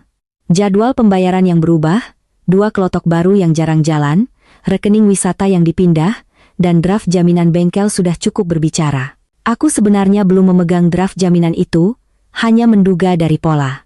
Tetapi reaksi mereka memberiku jawaban. Laila melangkah mendekat. Kamu ini licik. Setelah ketahuan main dengan Arman, sekarang mau menyeret semua orang. Tidak, kataku. Aku mau mediasi koperasi. Dengan bank, sekolah, hotel, notaris, perajin, keluarga ibuku, kalian, dan Arman. Haris tertawa, tetapi tawanya kosong. Kamu mau mempermalukan diri di depan lebih banyak orang? Aku sudah dipermalukan. Bedanya kali ini semua orang membawa dokumen lengkap, bukan potongan. Laila mengangkat dagunya. Silakan. Tapi sebelum itu, hotel akan menerima unggahan lanjutan. Mereka harus tahu kamu berbahaya bagi anak dan tidak pantas memegang pesanan. Aku menatap ponselnya. Unggahan yang sudah kamu jadwalkan dari perangkatmu? Kali ini wajahnya kehilangan warna sepersekian detik. Kecil, tapi cukup untuk kusimpan. Aku meninggalkan rumah itu tanpa menandatangani apapun. Di jalan, Ponselku bergetar. Unggahan baru muncul dari akun anonim yang sama, menyebutku ibu tidak stabil, menyarankan hotel menghentikan kontrak sampai urusan moral selesai, dan menampilkan foto Rania dari jauh dengan wajah diburamkan. Tangan Laila sudah melewati batas lain, ia memburamkan wajah anakku, tetapi memakai tubuh kecilnya sebagai bahan tekanan. Malam itu aku menelepon Pak Burhan. Ia awalnya menolak. Aisyah, koperasi sedang panas. Kalau kamu datang, perajin bisa pecah. Koperasi sudah pecah kalau rekening baru menerima pembayaran tanpa persetujuan. Ia diam. Aku melanjutkan, saya minta mediasi resmi, bukan untuk membahas siapa yang menjadi istri baik. Untuk membahas uang wisata, kontrak hotel, upah perajin, cap motif, dan wali jemput anak yang dipakai menekan tanda tangan. Kamu punya bukti, cukup untuk membuat orang yang tidak mau hadir terlihat takut. Besoknya, undangan mediasi mulai dikirim. Tidak mudah. Pak Burhan menambahkan kalimat netral agar koperasi tidak terlihat berpihak, klarifikasi kewenangan pengelolaan usaha, pembayaran perajin, dan kontrak mitra. Ibu Rati bersedia hadir sebagai notaris yang pernah mencatat kerjasama awal. Rika dari bank tidak bisa hadir sebagai pribadi, tetapi bank mengirim petugas layanan koperasi jika ada surat resmi. Pak Dimas dari hotel menulis bahwa ia akan datang sebagai pengamat karena kontrak tertahan. Bu Nirmala akhirnya menyetujui hadir setelah aku mengirim permintaan tertulis agar sekolah menjelaskan perubahan wali jemput. Bu Hanum mengajak dua perajin lain, bukan karena mereka percaya padaku sepenuhnya, tetapi karena upah mereka juga dipotong. Arman sempat ragu. Kalau aku datang, mereka akan menjadikan mediasi itu soal kita. Mereka sudah melakukannya, kataku. Tapi kali ini kamu datang bukan sebagai orang yang pernah bersalah denganku. Kamu datang sebagai orang yang dituduh menerima uang dan mencuri cap. Ia diam lama. Aku akan datang. Tapi setelah itu aku mungkin habis di dermaga. Aku tahu. Kamu juga habis di rumahmu. Aku melihat dinding rumah ibuku yang retak halus. Mungkin rumah itu memang sudah bukan rumahku sejak lama. 2 hari sebelum mediasi, aku akhirnya kembali ke lemari katalog lama. Bukan dengan menyusup, melainkan bersama paman dari pihak ibuku, Paman Saiful, yang selama ini diam karena tidak mau ikut urusan rumah tangga. Aku mendatanginya membawa foto meja cap kosong dan benang kuning tua. Ia duduk lama di beranda, mengisap rokok tanpa menyalakannya. Kamu salah besar pada suamimu, katanya. Ulun tahu, Paman. Tapi bengkel itu darah kakakku. Kalau mereka pakai salahmu untuk mengambilnya, itu salah lain. Ia ikut ke rumah keluarga Haris saat siang. Ketika banyak orang sedang di toko oleh-oleh, Laila mencoba menghalangi. Ini rumah keluarga kami. Paman Saiful menatapnya. Ruang celup itu dibangun dari warisan adingku. Jangan ajari aku pintu mana yang boleh kulihat. Haris tidak ada. Laila terpaksa membuka ruang celup karena aku sudah mengirim pesan bahwa jika ia menolak, penolakan itu akan dicatat di mediasi. Lemari katalog lama masih terkunci. Kuncinya hilang, kata Laila cepat. Paman Saiful mengeluarkan kunci kecil dari sakunya. Kakakku memberi aku kunci cadangan sebelum Aisyah menikah.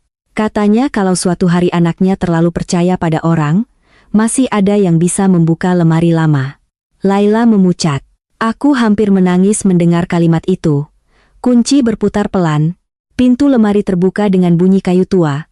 Di dalamnya ada katalog lama, beberapa kain contoh, dan kotak panjang berbungkus kain putih. Tanganku gemetar saat membukanya. Kain mahar asli ada di sana. Biru sungainya sudah sedikit pudar, ungu tuanya lembut, dan di satu lipatan ada noda samar yang kukenal, bekas air mata ibuku. Di sampingnya, terbungkus kain kecil, terletak cap kayu asli motif bakul pasar terapung. Retak kecil di sudut kanan masih ada. Gagangnya tidak lagi berikat benang kuning utuh, hanya sisa simpul kusam yang terpotong. Aku menyentuh retak itu dengan ujung jari. Benda kecil itu terasa seperti tangan ibuku menekan punggungku agar aku tetap berdiri. Laila langsung berkata, berarti Aisyah yang menyembunyikan. Dia tahu tempatnya. Paman Saiful menoleh tajam. Lemari ini tadi kamu bilang kuncinya hilang. Laila terdiam. Aku tidak bersorak. Aku hanya memotret semuanya, posisi kain, cap asli, sisa benang, isi lemari, wajah Laila yang menolak melihat kamera. Paman Saiful menjadi saksi tertulis bahwa kain mahar asli ditemukan di lemari katalog lama, bukan dijual, dan bahwa kunci cadangan berasal dari ibuku. Bukti itu mengubah napasku.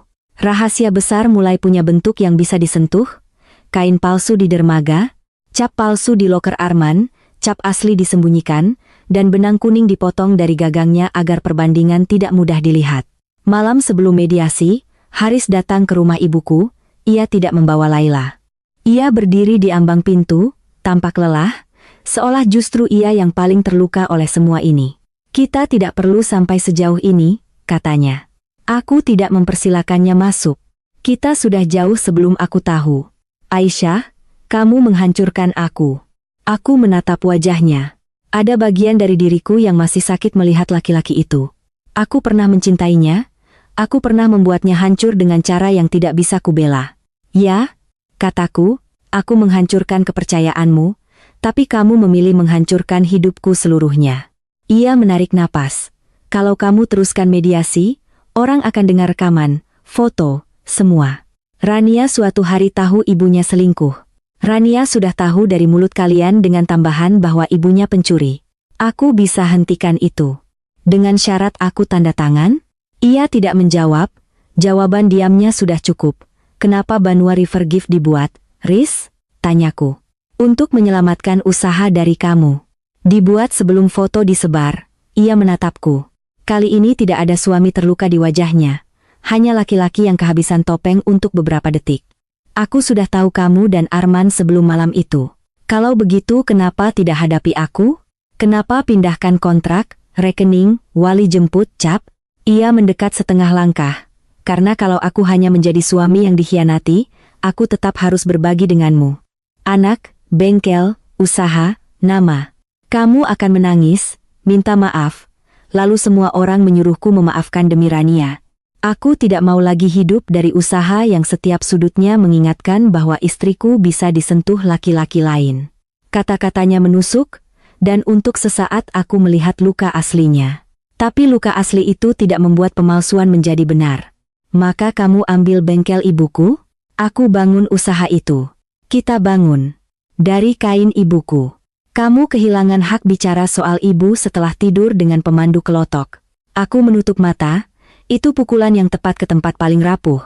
Jika ia datang beberapa hari lalu, mungkin aku akan runtuh.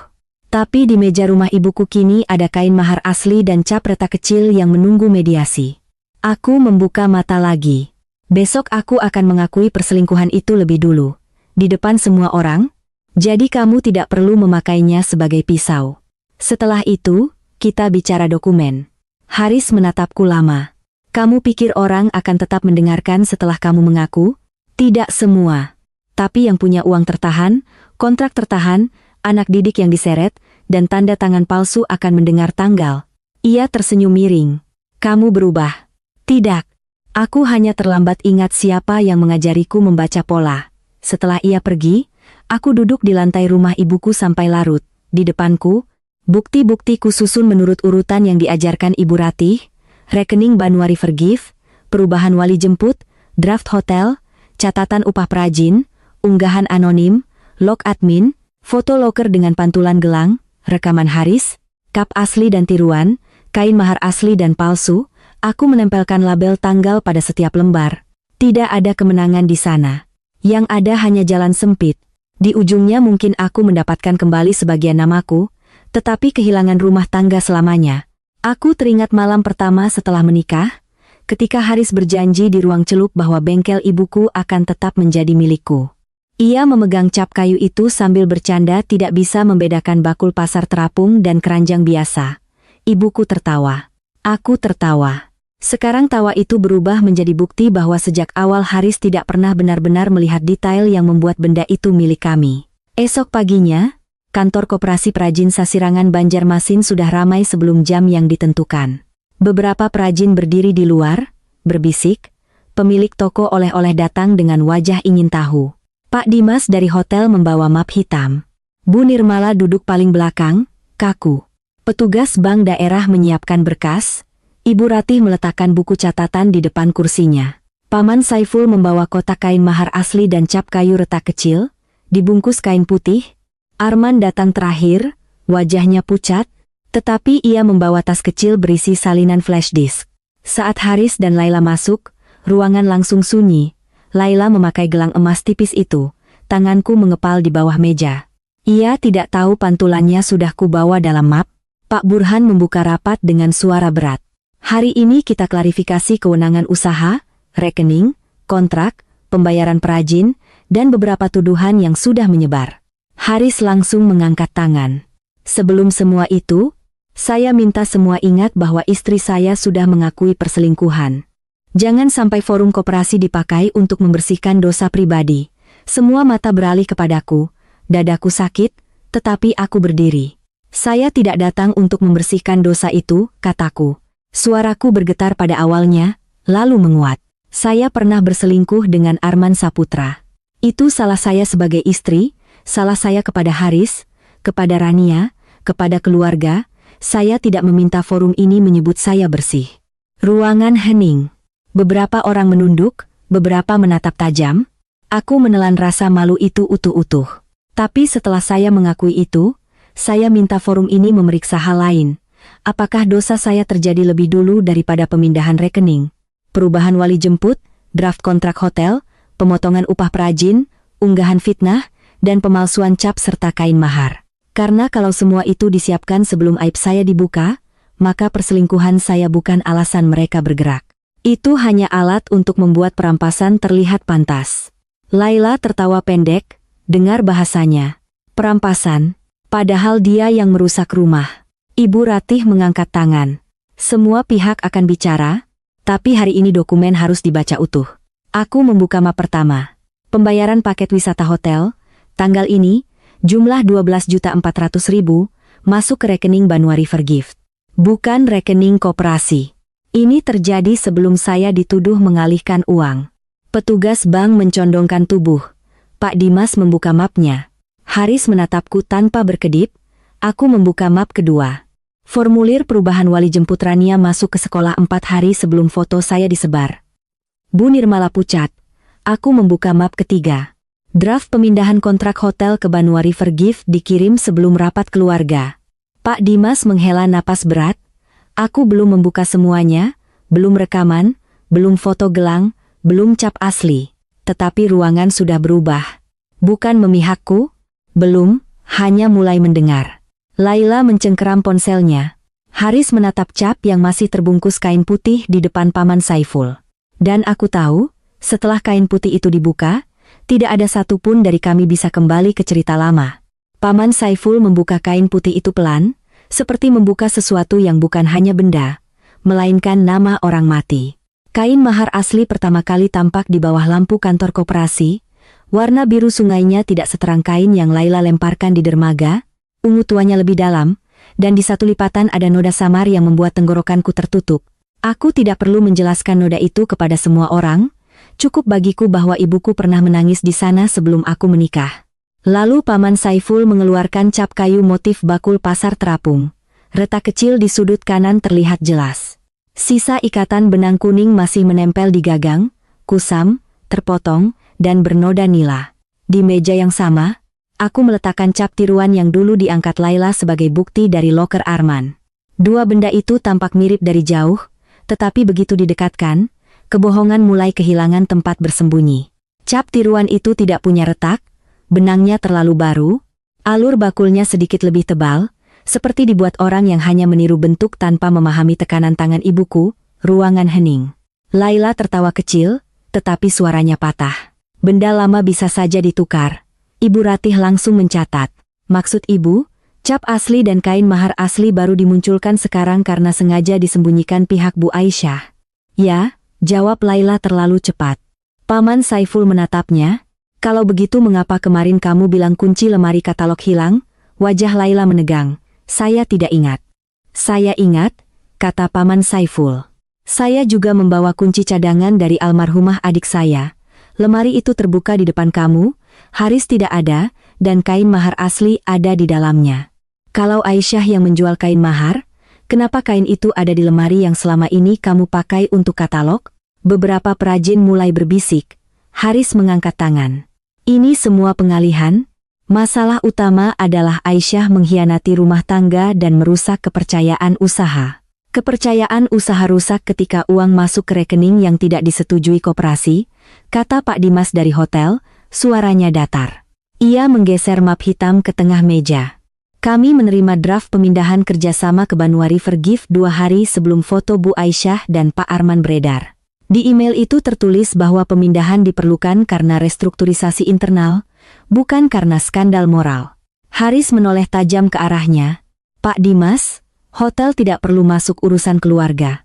Justru karena ingin tidak masuk urusan keluarga, kami perlu tahu siapa pemilik hak motif dan rekening pembayaran yang sah. Petugas bank membuka berkas.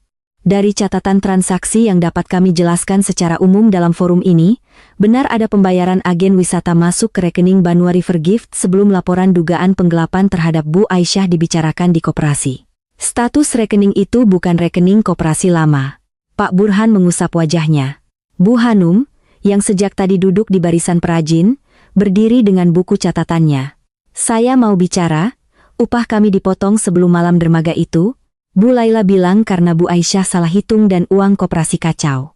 Kalau ternyata uang sudah dipindahkan ke rekening lain, kami ini dibuat marah pada orang yang salah. Laila langsung menyambar, saya bayar tunai supaya perajin tidak telantar. Kurang 20%, jawab Bu Hanum. Dan kamu bilang itu salah Aisyah. Ruangan bergerak seperti sungai yang mulai pecah dari bendungan.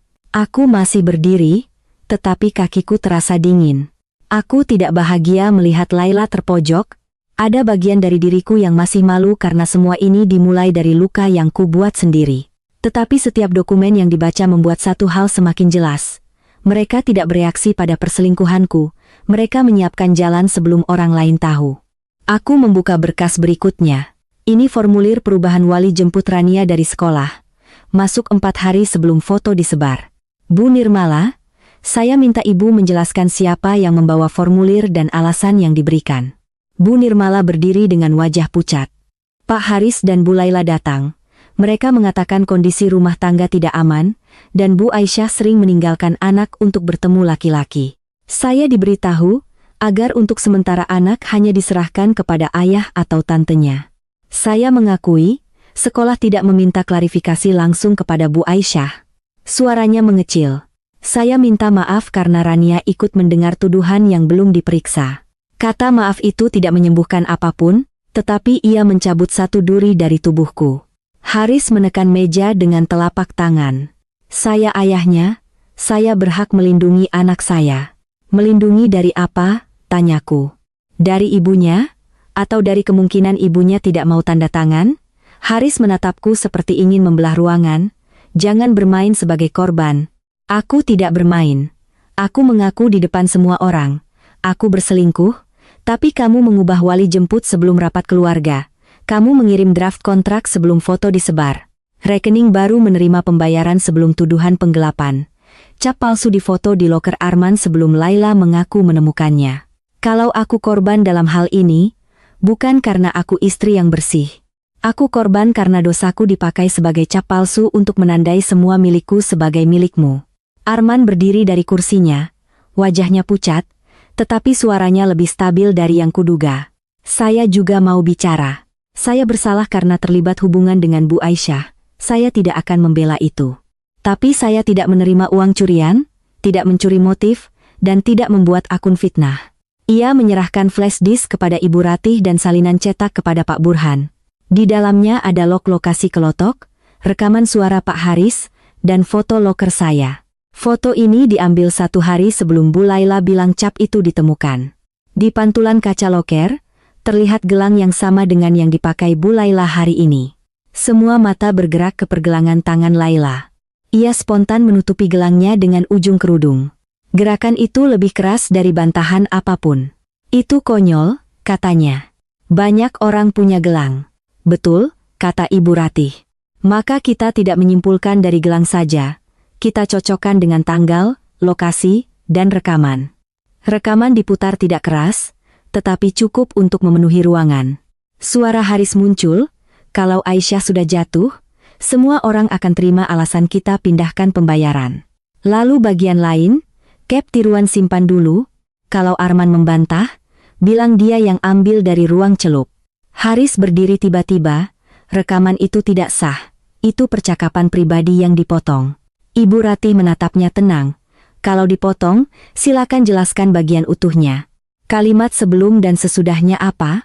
Haris membuka mulut, tetapi tidak ada kata yang langsung keluar. Laila mencoba mengambil alih. Ini jebakan Arman? Dia takut kehilangan pekerjaan, jadi dia membuat cerita. Arman tertawa pahit. Saya sudah kehilangan pekerjaan. Karena Pak Haris bilang ke pemilik lotok bahwa saya pencuri motif. Kalau saya mau selamat sendiri, saya tinggal kabur.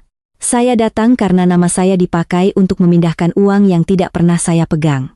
Pak Burhan memandang Haris. Riz, kapan Banua River Gift dibuat? Haris mengusap rahang. Setelah kami merasa usaha lama tidak aman. Tanggalnya?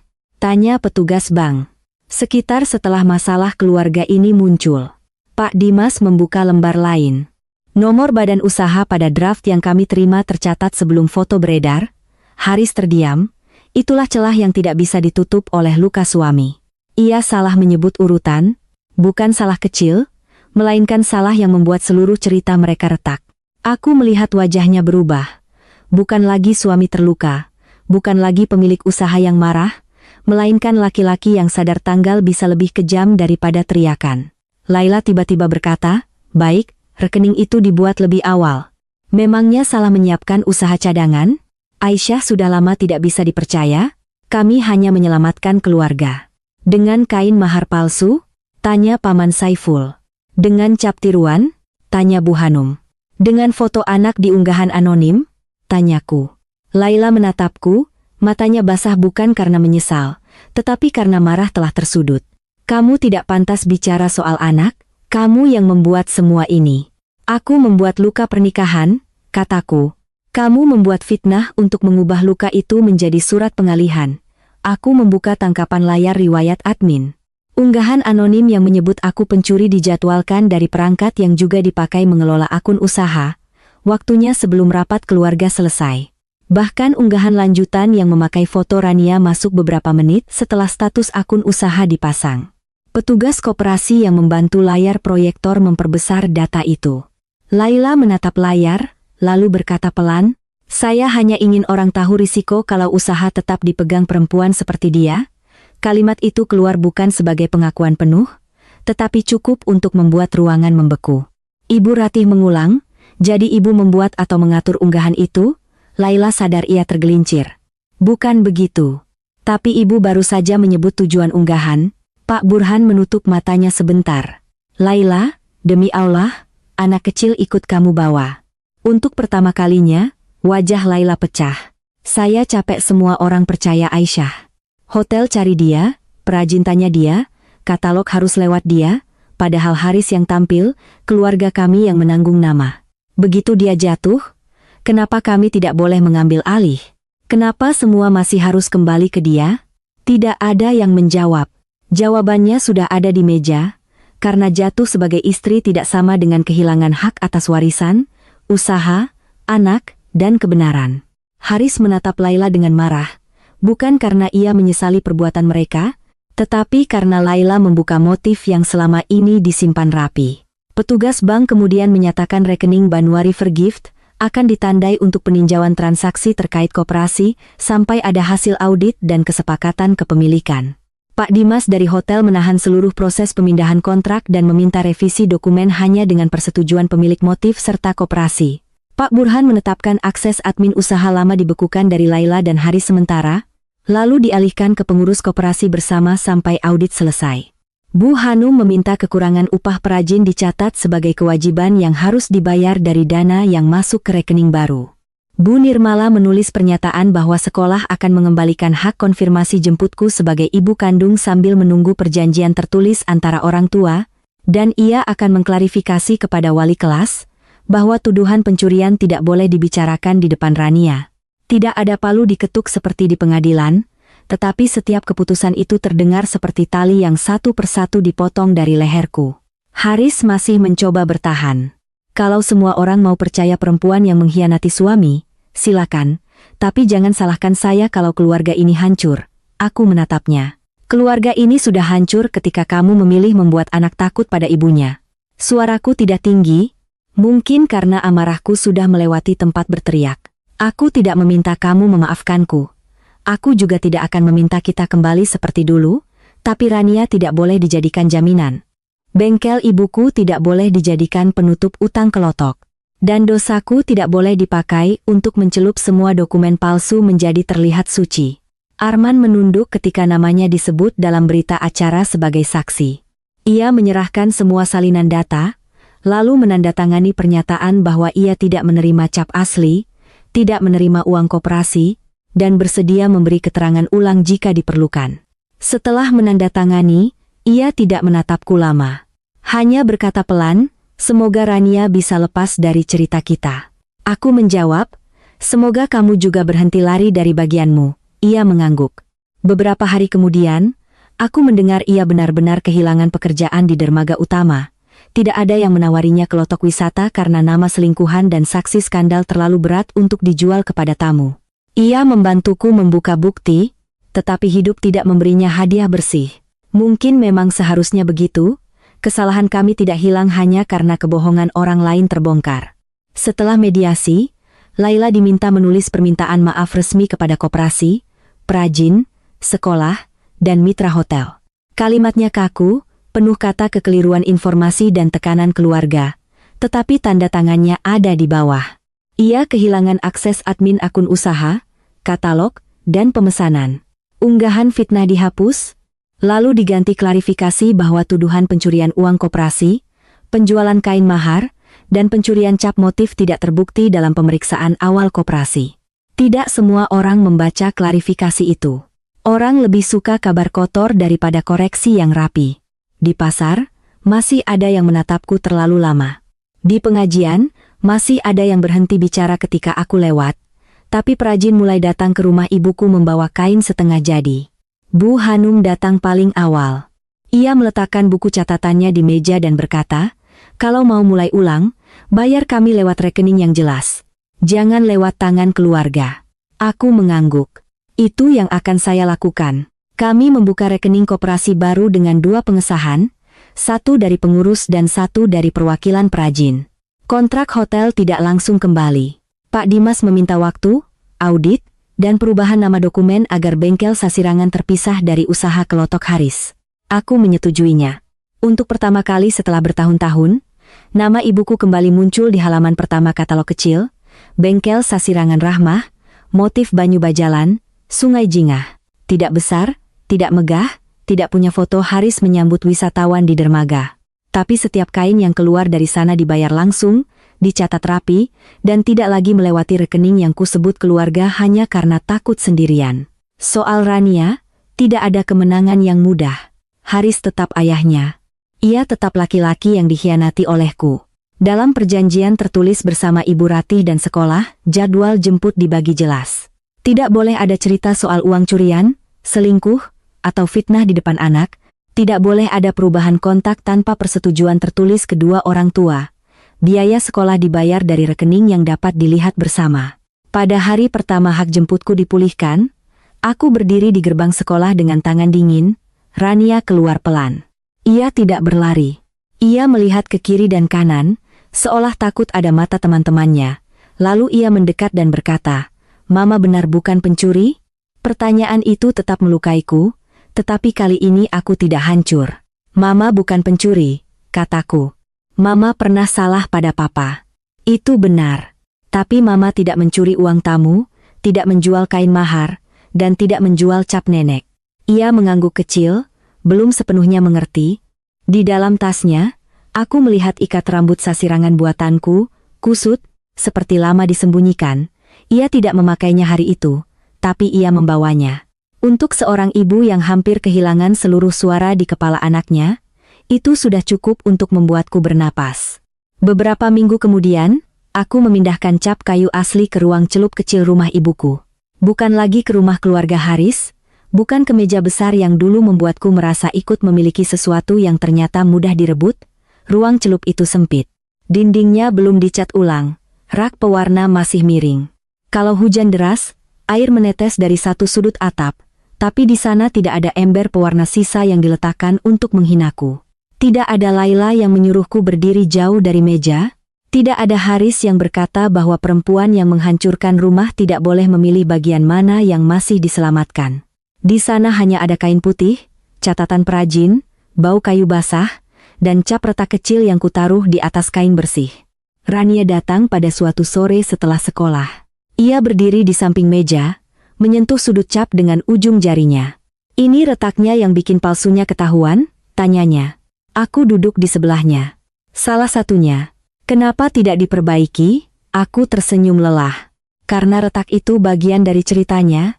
Kalau diperbaiki sampai hilang, nanti kita tidak bisa mengenalinya lagi." Rania memikirkan itu lama. Lalu ia berkata, "Mama juga punya retak?" Dadaku sesak. Anak-anak kadang bertanya dengan pisau yang tidak mereka tahu tajam. "Punya?" jawabku. "Mama punya retak yang Mama buat sendiri, dan ada juga retak yang dibuat orang lain." "Bisa hilang?" Aku menatap cap kayu itu. "Mungkin tidak hilang. Tapi bisa dijaga supaya tidak dipakai orang untuk mematahkan semuanya." Hari itu kami mencap satu kain kecil bersama. Tangannya masih ragu, tekanannya tidak rata, motif bakulnya sedikit miring. Aku tidak membetulkannya terlalu cepat. Di luar, Sungai Martapura bergerak pelan membawa suara pasar, kelotok, dan hidup yang tidak pernah berhenti hanya karena satu keluarga runtuh. Haris dan aku tidak kembali menjadi suami istri seperti dulu. Ada urusan yang masih berjalan, ada pembicaraan yang hanya kami lakukan lewat pesan, ada luka yang tidak bisa diselesaikan oleh berita acara koperasi. Kadang aku masih melihatnya di sekolah Rania. Ia tampak lebih kurus. Kadang matanya menyimpan marah, kadang lelah, kadang sesuatu yang mirip penyesalan tetapi tidak pernah sampai menjadi maaf. Aku juga tidak mengejar maaf itu. Tidak dari dia, tidak dari Laila, tidak dari semua orang yang sempat menatapku seperti pencuri hanya karena aku memang pernah menjadi istri yang salah. Nama baik tidak kembali utuh seperti kain baru. Ia kembali seperti kain yang pernah salah celup, lalu dicuci berulang-ulang sampai warnanya berubah menjadi sesuatu yang lain. Aku tidak bersih dari semua salah. Aku tidak akan mengatakan itu kepada siapapun, apalagi kepada diriku sendiri. Tetapi aku belajar bahwa satu noda dalam hidup seorang perempuan tidak boleh memberi hak kepada orang lain untuk merampas anaknya, menghapus warisan ibunya, memotong upah perajinnya, memalsukan bendanya, dan menulis masa depannya dengan tinta fitnah. Cap kayu retak itu kini kusimpan di laci atas meja celup. Setiap kali kubuka, sisa benang kuning di gagangnya mengingatkanku pada ibuku, pada Rania, pada malam dermaga, pada Arman yang datang bukan sebagai penyelamat, pada Haris yang terluka lalu memilih melukai, dan pada Laila yang mengira kebencian bisa menjadi dokumen sah jika diberi tanggal rapi. Kadang Rania masih menyentuh retak kecil itu sebelum pulang ke rumah ayahnya. Ia tidak lagi bertanya apakah aku pencuri. Ia hanya bertanya kain mana yang akan kami cap besok. Dan setiap kali aku menjawab, aku merasa hidupku belum menjadi bersih, belum menjadi ringan, tetapi sudah kembali berada di tanganku sendiri.